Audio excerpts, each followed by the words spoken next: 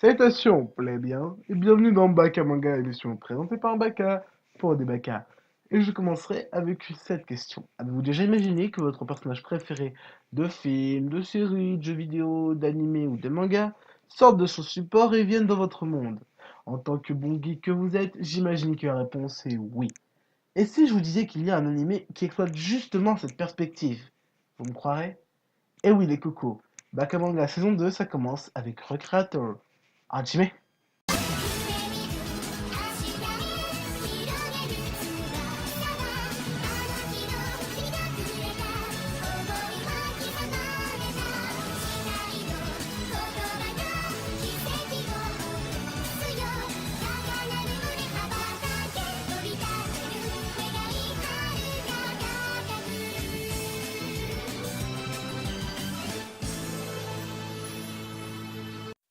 Recreator est un anime original du studio Troika, réalisé par Eiki Aoka. Il est sorti en France par Amazon.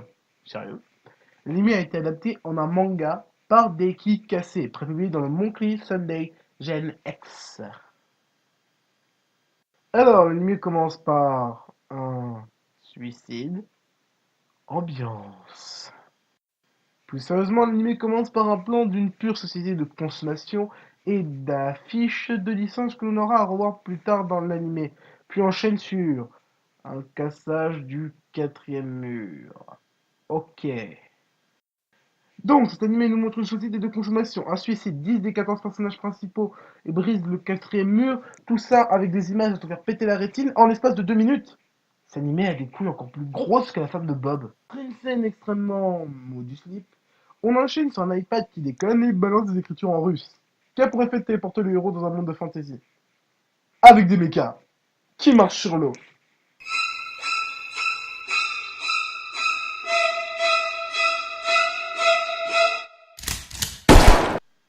Bon, le mecha qui est contrôlé à mon plus grand bonheur par une rouquine, se bat contre une albinos avec le pouvoir de créer des armes. Ça fait rousse plus mecha de 15 mètres versus albinos plus épée. Qui gagne à ton avis? Oui, totalement débile.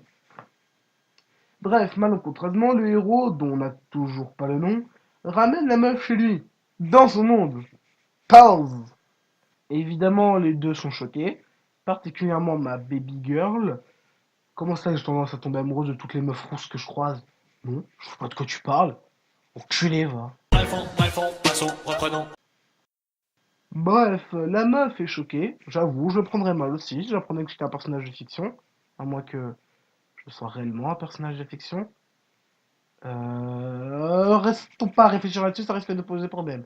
La discussion tourne court, vu que l'autre albinos se TP devant la baraque de l'autre garde. J'avoue, c'est pratique pour le scénario. S'ensuit le round 2 du duel entre My Waifu de l'animé et la méchante en chef, qui essaie plus ou moins de recruter la meuf pour son armée, qui veut se venger des créateurs de toute leur souffrance. Mais bon, ma baby girl, elle est pas conne, et elle n'est pas intéressée. Et elle essaie de lui poutrer la gueule, alors qu'elle s'est fait défoncer avec son mecha et que là, elle n'a pas son mecha. Heureusement qu'une meuf random totalement austère aux cheveux bleus possédant une magie lui permettant justement d'invoquer des tourelles lourdes passait par là. Ouais. Et les deux filles vont donc s'allier pour comprendre c'est quoi ce putain de bordel de merde. Commençons par le commencement. Cet animé prend des risques. Là où on parle d'un désir de fanboy avec un synopsis, on pourrait penser que l'animé aurait sûrement mis des références à peine masquées pour mieux se vendre. Eh bien non. Il préfère plutôt utiliser des archétypes valables dans la majorité des personnages dans le style respectif, en posant une vraie réflexion sur notre perception des mondes de l'imaginaire. Certes, on kiffe tel ou tel personnage, mais si on les avait en face de nous, s'ils étaient réellement humains et si ce qu'ils avaient vécu et ce qui en a abouti était réel, est-ce que nous réagions de la même façon? Tout ça en opérant une mise en abîme assez intéressante, qui fait bien relativiser.